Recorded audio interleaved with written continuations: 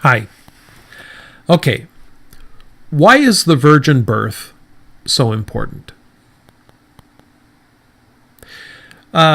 Most Christians, unless they are familiar with the Catholic tradition, do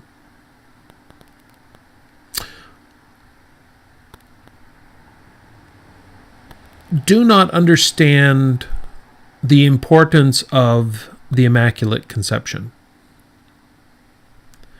Now, I'm not a Catholic, and I never was Catholic, and so I don't profess to really understand the intricacies of this doctrine. But it became apparent to me that this doctrine was absolutely essential to the whole virgin birth story. And it is often overlooked and underestimated, in my opinion, by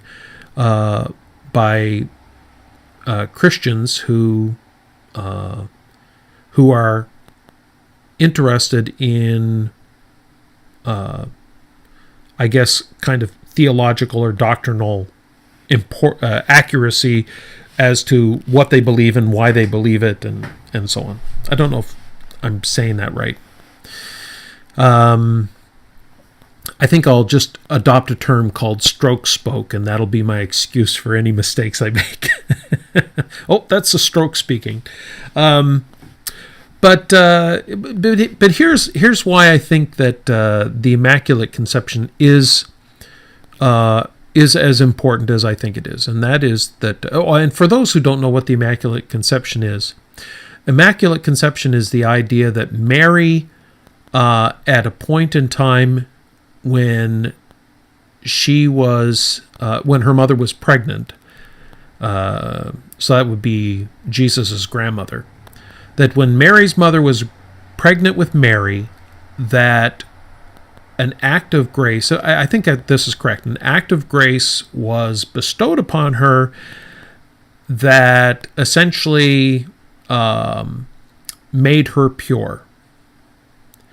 And that that she wasn't tainted with the original sin, I guess, is really the issue here. In Catholic teaching, and even in non-Catholic teaching, in Protestant teaching, this idea of original sin, that the sin gene that was introduced into the human race through the sin of Adam and Eve, was passed on from generation to generation. And so that even if someone could live a perfect life and never make any mistakes, never violate the law, never sin against God, even if they could do that, they still needed redemption because they were imperfect at the moment that they came into existence. Whether you believe that was at conception or at some point in time in gestation or when they come out of the womb. Whenever you believe that a person becomes a person, they were tainted with this sin gene. Now that does, I'll have to look into this one because I'm not sure exactly how they explain. I understand the age of accountability, but if you believe that a child is born sinful by this doctrine of original sin, and they die before they reach the age of accountability, they still are sinners, and God can't entertain sin, and sin can't get into heaven, and so doesn't the child still go to hell? I mean, most people are fine with the idea of the age of accountability, that you have to be old enough to understand before God will hold you responsible for your sin. So I guess maybe God is probably more tolerant than sometimes we give him credit for. Maybe that's it. Anyway, but the doctrine of the Immaculate Conception is that because sin could be passed on from mother to the baby, male or female, It was necessary, since Jesus' father was supposed to be God, there was no problem with the sin thing there.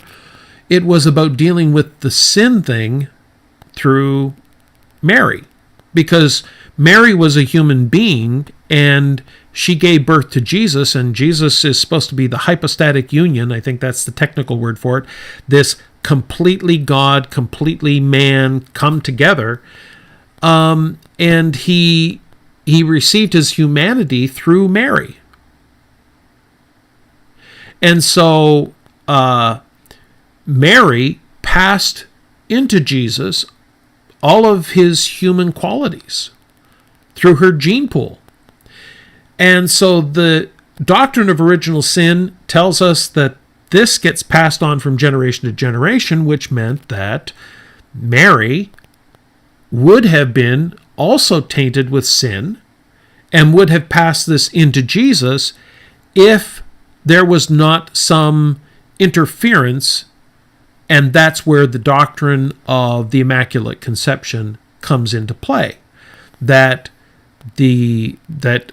God had to actually rid the sin that would have been inherited by Mary when she was in the womb or conceived or born or whenever it was that it happened, and that was how Jesus was able to be born without sin. Now, the funny thing is that Catholics had this figured out, and it was a part of their teaching for many years. But when I grew up in my church, I never heard about the Immaculate Conception.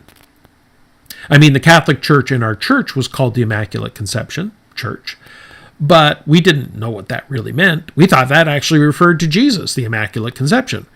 But the Immaculate Conception was really about trying to address the problem that exists theologically of sin being passed into Jesus through Mary's humanity. And this had to be fixed. Now, Catholic tradition believes that Mary, not only was she a virgin when she conceived Jesus, she was a virgin when she gave birth to Jesus, and she had, I think, perpetual virginity, I think is how it's described. I could be wrong about that, but the idea was that she didn't have children afterwards, according to, I think, the Catholic tradition. I don't know what the Orthodox tradition is, but I do know that I think that I'm correct on that.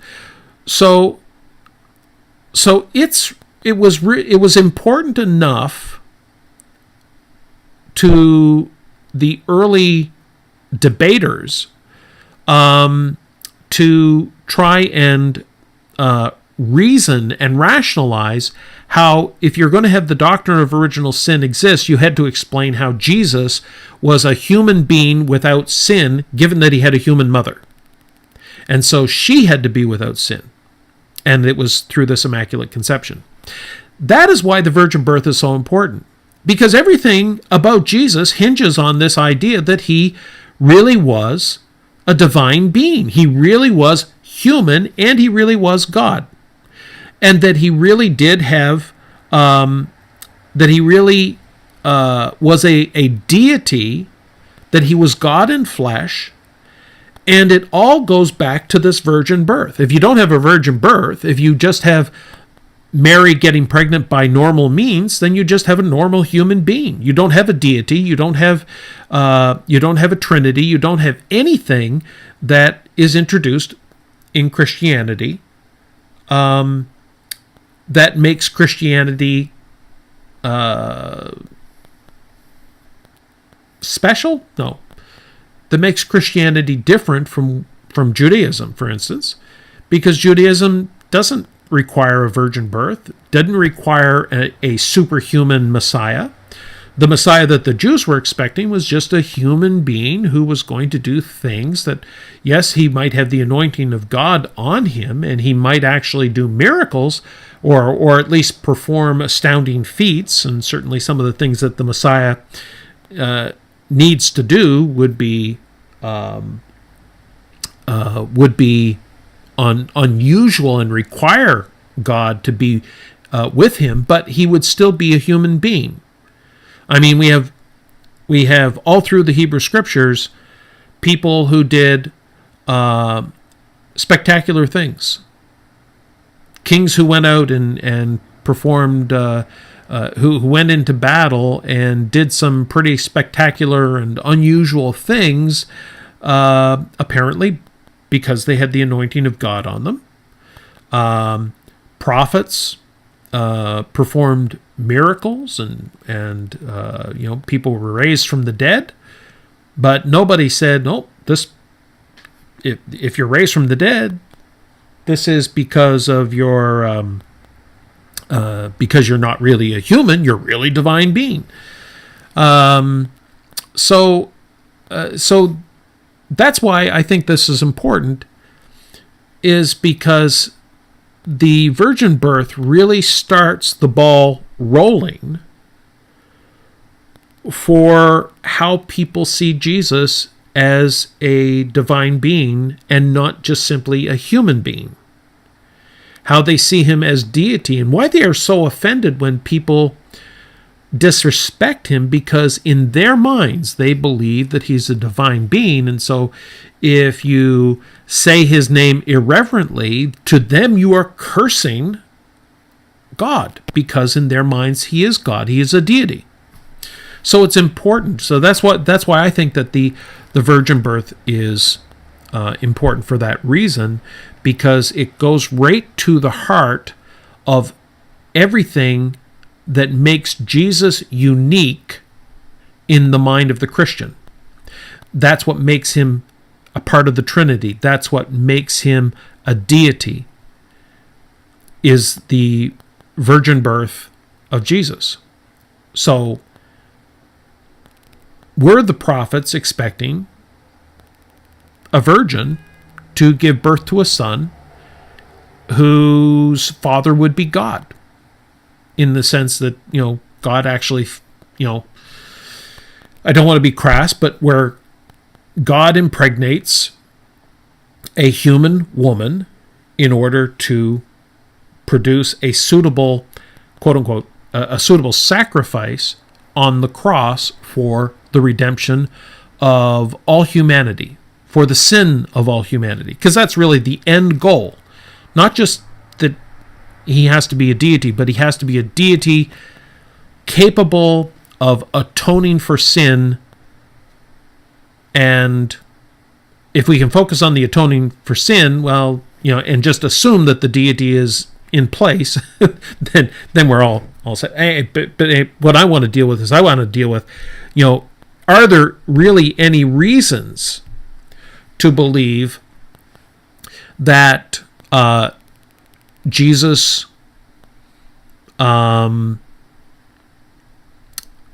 was to be born of a virgin? Now, in students of prophecy, Christians who study prophecy will tell you that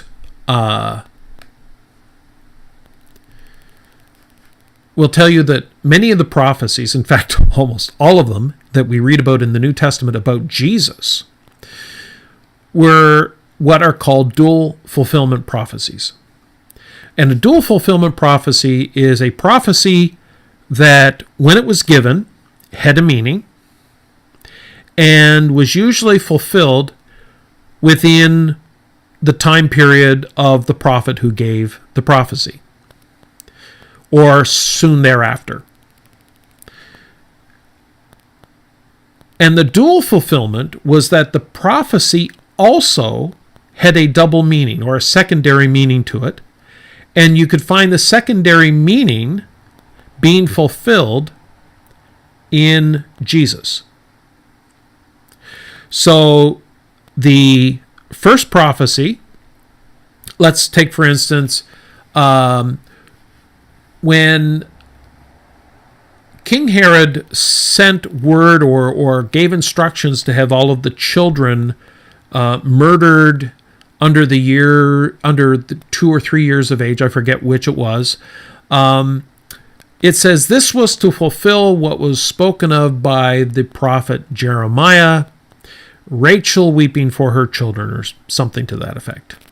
And if we go back and we look at that text in Jeremiah, we see that it is a prophecy speaking about the future desolation of Jerusalem and how the young men and women were going to be carried off along the road where Rachel's tomb was, and they were being taken off into captivity to Babylon. I believe it was to Babylon, or anyway, they were being carted off, and Rachel was weeping at the sons and daughters of Jerusalem being taken off into captivity.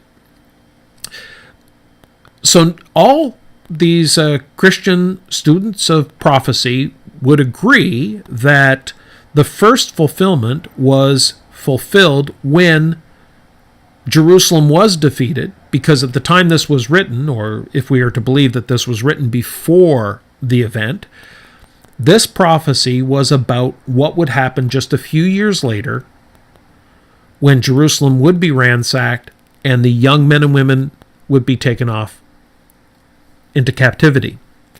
The secondary fulfillment would take place at the time of Jesus, when King Herod would execute all of these babies in this region, and Matthew says, presumably under the inspiration of the Holy Spirit, that this fulfilled the prophecy of Jeremiah. Well, that prophecy was already fulfilled. That was already fulfilled once, and so it is understood that it had a secondary meaning that would be fulfilled much later. I could go through many of the prophecies that Matthew talks about and show how they were fulfilled at that time of the prophet who gave them, and that these prophecies, according to Matthew, were fulfilled a second time in the time of Jesus. And that's what we're really going to take a look at, is this prophecy about the virgin birth. Let's understand what it was about originally, and then decide whether it's reasonable to assume that at the time of Jesus that it was fulfilled in a secondary sense. And so we're going to go to Isaiah chapter 7, and we're going to look, this is from the New American Standard Bible, war against Jerusalem. Now it came about in the days of Ahaz, the son of Jotham, the son of Uzziah, the king of Judah. Okay, so this is about Ahaz, the king of Judah. That Rezin, the king of Aram, and Pekah. By the way, I'll just butcher these pronunciations, so just bear with me. Pekah, the son of Ramaliah, king of Israel.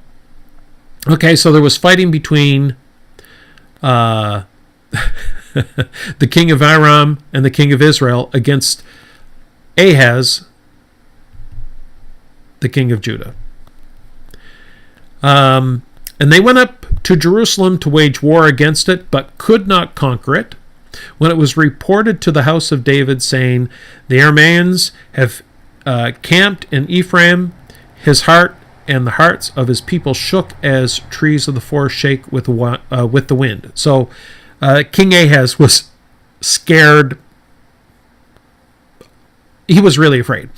Then the Lord said to Isaiah, go out now to meet Ahaz, you and your son, Shear-Jashub, anyway, at the end of the conduit of the upper pool on the highway to the fuller's field, and say to him, take care and be calm. Have no fear and do not be faint-hearted, because of these two stubs of smoldering firebrands, on account of the fierce anger of Rezin and Aram, and the son of Remaliah.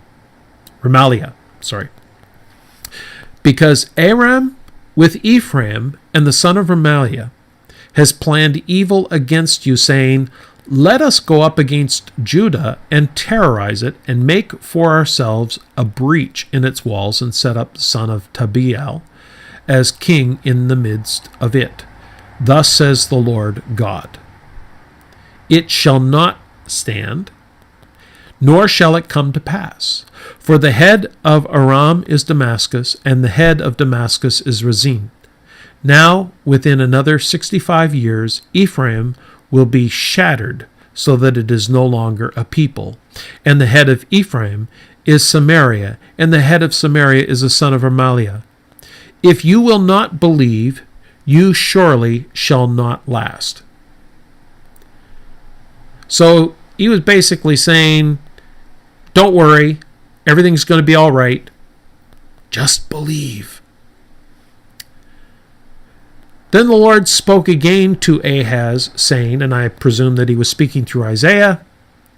And he says, Isaiah says to Ahaz, ask a sign for yourself from the Lord your God. Make it deep as Sheol or high as heaven. But Ahaz said, I will not ask, nor will I test the Lord. Then he said, listen now. And I assume this is Isaiah again. Listen now, O house of David. Is it too slight a thing for you to try the patience of men, that you will try the patience of my God as well? Therefore, the Lord himself will give you a sign. Behold, and this is very important because this is an English translation that chooses to use the word virgin.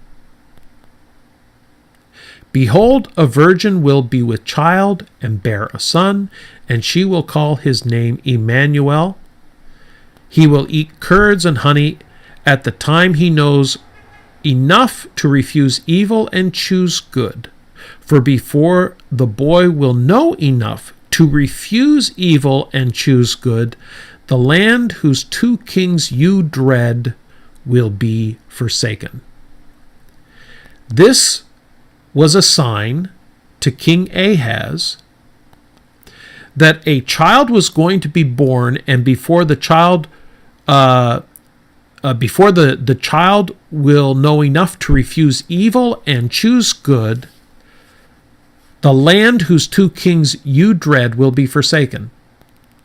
This was to reassure King Ahaz that the thing that he was afraid of, that he was terrified of, was for naught. That it would come to nothing.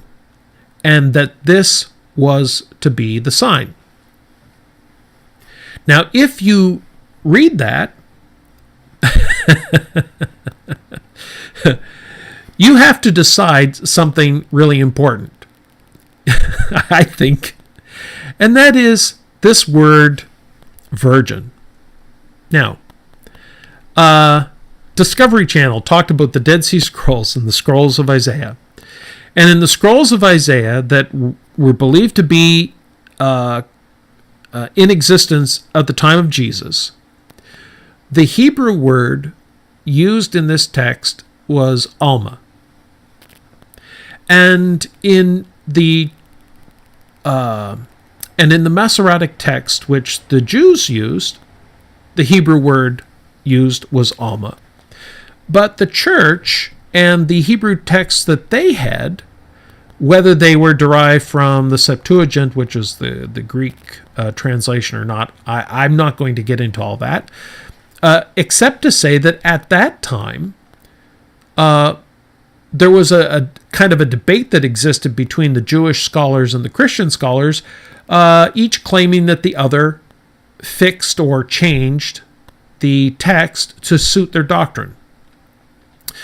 Since this clearly, in the church's eyes, was a prophecy about a virgin, which clearly must have meant Mary, it proved their contention that Mary had to be a virgin, had to give birth to a son, and that this prophecy was about Jesus.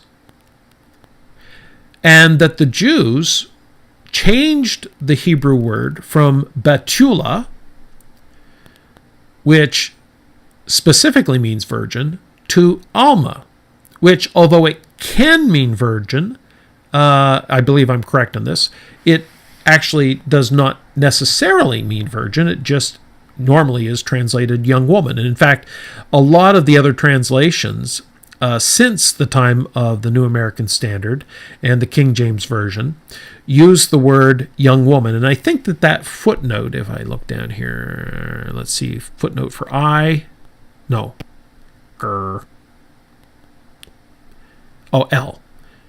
maiden. So they're distinguishing there that word can also be translated maiden, and they are choosing to translate it as virgin. But in the Hebrew that the church was using, it very clearly it was using the word Betula. How it got there, as I say, the two camps were basically arguing with each other and saying, well, you changed it to fit your theology, and the other side was saying, well, you changed it to fit your theology. The discovery of the Dead Sea Scrolls, at least I think for honest brokers, proves that Betula had somehow gotten introduced as the word that Isaiah was using here, when in fact he probably was using Alma. I'm not saying that to say that the church were not being honest brokers and that somewhere along the way that they specifically changed the word to Betula to fit their theology. It was probably an honest mistake. But nevertheless, what we know about this text is that it really was not about something that was going to happen 700 years down the road. It was about a virgin who was going to give birth to a child who, in his lifetime, before he was old enough to be able to refuse evil and choose good, that King Ahaz would see the salvation of Jerusalem, that he would see deliverance from his enemies who were now encamped against him or were coming against him. And so all students of prophecy, as far as I know, and anybody serious, believes that the first fulfillment of this prophecy took place during the lifetime of King Ahaz. Only people unfamiliar with the context of this are still arguing that this here was a prophecy about Jesus. Nobody believes that it was a prophecy about Jesus initially. It was a prophecy about a child who would be born at that time that the prophecy was given and would be assigned to the king to whom the prophecy was given. And it had nothing to do with Jesus. Jesus then, or the prophecy about the virgin birth then, is a secondary fulfillment of that prophecy. Remember, we're talking about dual fulfillment of prophecy, where the initial prophecy is fulfilled at that time, and the second prophecy, or the second meaning of the prophecy, is fulfilled in Jesus. Now, if you want to believe in dual fulfillment prophecy, and you are fine with the prophecies being previously fulfilled and then also being fulfilled in the time of Jesus, I won't be able to convince you that you're wrong to do that. I already know that, because nobody would have been able to convince me when I was a Christian that I was wrong to do that. But here is the problem with this. According to the Christian, the belief is that the fulfillment of this prophecy in Jesus necessarily required Mary to be a virgin, because the prophecy says, "Behold, a virgin."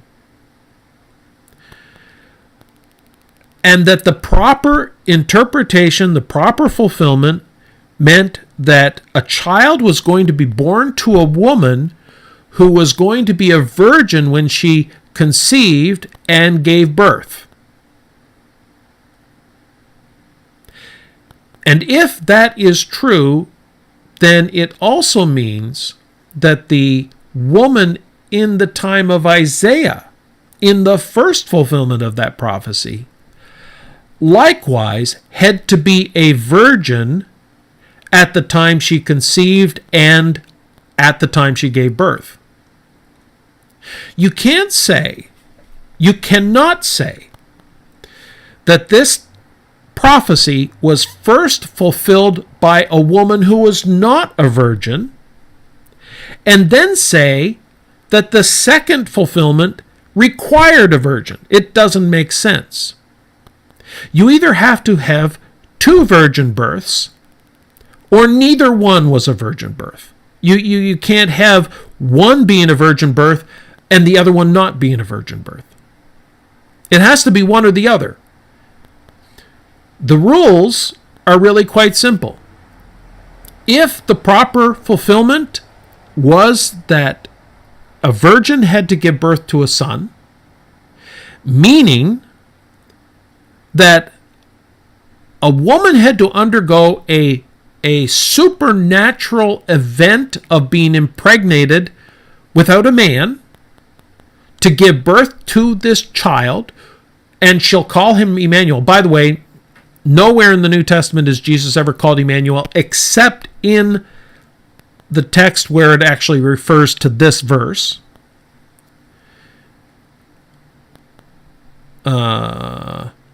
Went down that little rabbit hole and lost my train of thought. A woman, but if the idea is that a woman, that the proper fulfillment of this prophecy was a woman who did not have relations with a man and therefore had a child who had no father,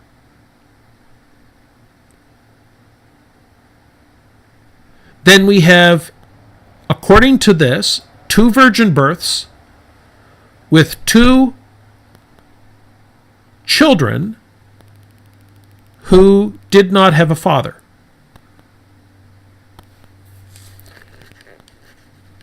Now, I don't know of anybody who believes that. I don't know of any Christian that believes that. This is not about quibbling about words. It may sound like I'm quibbling about words, but I'm just trying to make the point that if the proper meaning is that of this text is that it refers to a virgin in the Mary, mother of Jesus sense of the word virgin, and that really was the fulfillment, then it also was the fulfillment the first time round. You can't have one being a child of a woman who had normal relations with a man and then say that this was properly fulfilled if it wasn't. That's the problem. Or at least that's the problem as I see it. And this addresses, in my mind, if we go back in early church history, there were groups of people who did not believe that Jesus was born of a virgin. There were groups of people who believed that Joseph was the real, legitimate father of Jesus, not the adopted father of Jesus, the real father of Jesus. There were people who rejected the virgin birth. The idea of the virgin birth really was not, in fact, consider this. Although the concept of the virgin birth fuels many Christian ideas really well, and many of the ideas that Paul writes about in his epistles, at no point in time does Paul ever refer to the virgin birth, nor any other writer in the New Testament, except for Matthew. Luke, less directly, and never calls in prophecy like that. This, I think that I'm not going to get into Luke. I could get into Luke. All I'll say about Luke is that the only commonality between Matthew and Luke is Mary, Joseph, and Jesus, and that's it. And Jesus was born. Everything else is different in the two storylines, but only Matthew takes pains of trying to turn Mary into this unusual individual who was prophesied here in Isaiah 7:14. And Paul never refers to Mary as a virgin. None of the other writers, John or Peter or James or Jude, they never refer to Jesus having been born of a virgin. Complete silence in the rest of the New Testament. But the consequences of this doctrine and this idea, wherever it took hold, everybody likes to blame Constantine for everything, but I'm not going to blame Constantine today. But wherever this idea took hold, it helped shape the ideas and thinking about the person of Jesus in a way that there's evidence that many people in his followers never did. That he was elevated as the God-man when the disciples never saw him as the God-man. So this idea about the virgin birth is really important in terms of how Christians look at Jesus and how the ideas about Jesus, kind of grew out of this strange practice of taking this prophecy that was already fulfilled and trying to turn Mary into something that she clearly wasn't. I mean, I don't have anything against Mary, but I just know that if she was a virgin because of this verse, then so wasn't the mother of the child that would be the sign to King Ahaz. And I just don't see that anybody is up for two virgin births and two demigods.